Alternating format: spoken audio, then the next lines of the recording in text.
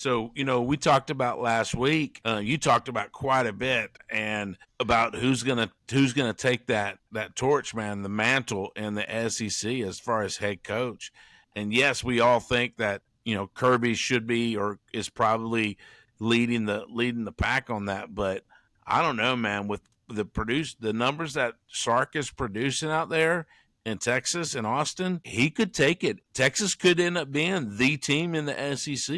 I hope not. I hope it's Georgia, but man, Sark's doing some good stuff, man. I don't think it's long before he wins a natty out there. There are a lot of interesting schools to look at in this conference right now. I don't know that there's ever been a better time in the SEC for out and out competition at the top.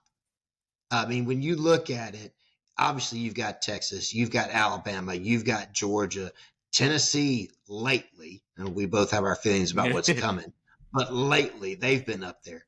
But look at the teams that are almost there. Texas A&M, LSU, Ole Miss nipping at the heels, right? Like Lane's been fighting to get in that top tier for a few years. Is this the time? South Carolina starting to make some moves. Missouri, the hated one, but they always play strong for some particular reason. Not even really sure what Floby's got going on down in Florida right now. Are they going to be back in the mix? It's such a competition-rich environment in this conference right now. It just gives you goosebumps. Yeah, I agree with that 100%. And you're right. It's not that one or two teams. It's not, before when we had the East and the West, right? The divisions within the conference. It was always Georgia, Florida. They ran ruckshot on sometimes Tennessee, just depending on the year. But it was usually Georgia, Florida that was going to own the East. And then you had Alabama and Alabama. So they was pretty much always the favorites that's going to win the West, right? Now that it's open, I think that has a little bit to do with it.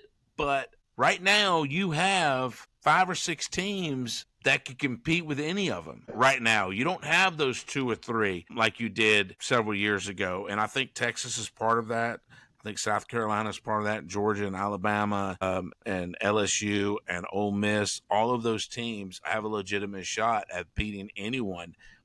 Question is this: why?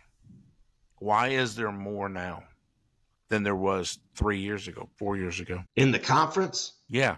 Why is there more teams that have the ability to win it all or to win the conference or to beat anyone in there? There's not that 1 or 2 teams that dominate the conference. There's 5 or 6 that can dominate the conference. That's new to the SEC. Why? I think that you've run into a time in college football and a time for the Southeastern Conference, and I'll define that in a second, that is just the perfect storm to allow a conference like the SEC to own college football, but to also have the most open competition at the top. What happened in decades prior of college football is if you were a great recruiter like a Bobby Bowden, or if you were a great name like a Bear Bryant or a Steve Spurrier, that would bring the top talent to your school. And if you had a staff that could help coach those players along, you would be competitive. You might even own the conference, might even own a college football if you're Bear Bryant. Nick Saban was able to benefit off of that. The landscape changed with NIL. It allowed these players to be recruited for a lot of different reasons, up to and including a paycheck at a given school, creating more competition for those players to say, well, yeah, if it was only about a championship for me, only about playing for a Nick Saban, then I'd go to Bama. But it's about more than that for me. So they give the other schools more of a fair shot, right? Like, man, I might not get to play at Georgia. I'm a 4-star, but I might be 3rd on the depth chart at Georgia. But I might be able to start at South Carolina. And South Carolina can be competitive from, I'll go there for this much money. And it's that whole perfect environment, the transfer portal. If it doesn't work out, I can jump ship. If I choose to go to an Alabama to win a championship, but I'm 3rd on the depth chart, maybe I give a shot to a Kentucky, or I give a shot to a Georgia or a Florida. and they transfer around. There's just so much opportunity to create this mix up of teams. It's a lot like watching professional baseball. And are you going to sign a 1-year contract with that the left-handed reliever? Or are you going to take a swing with this kid out of your farm system, this amazing shortstop? I don't know. It gets crazy. Yeah, I actually wrote down, and you hit the nail on the head. It took you a ways to get all the way around that, but it was perfectly said. I think it has to do with the portal and the NIL. I think the portal has opened up the opportunity for teams like a South Carolina and definitely an Ole Miss to be competitive and be in that mix all the time now, because like you said, yeah, you can go to Alabama or Georgia or an Ohio State or something like that, and yeah, you have a chance of putting on a ring on that finger. There's a good chance. But did you contribute to that? If you're third or fourth deep in there, on the depth chart, because there's that many good players on those kind of teams, but you might be, this close as good as the number one. You just got 4 guys that are unbelievable, and you may not have the right chemistry with the coach or the OC or the defensive coordinator, whatever it might be.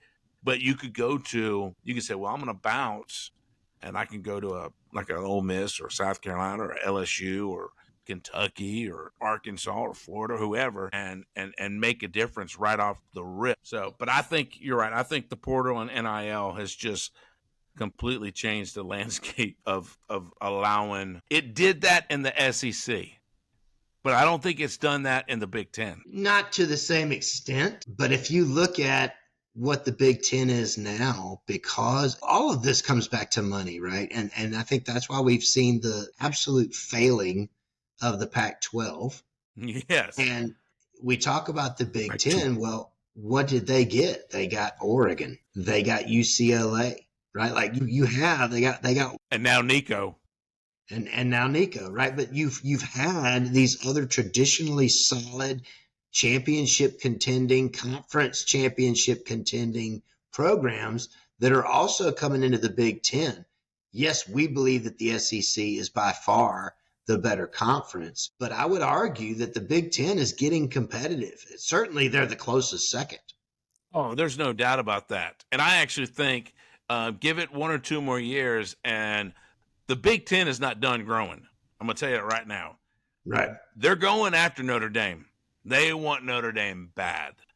And if there's going to be a conference that's going to steal Notre Dame or pick them up, it's going to be the Big Ten. I don't think it'll be the ACC. No, I agree with you on that. I think geographically it makes more sense for Notre Dame to be in the Big Ten. But we'll see. They've got that independent contract money that they really like holding on to up there in South Bend. Yeah, they do. But the only problem with that is how many.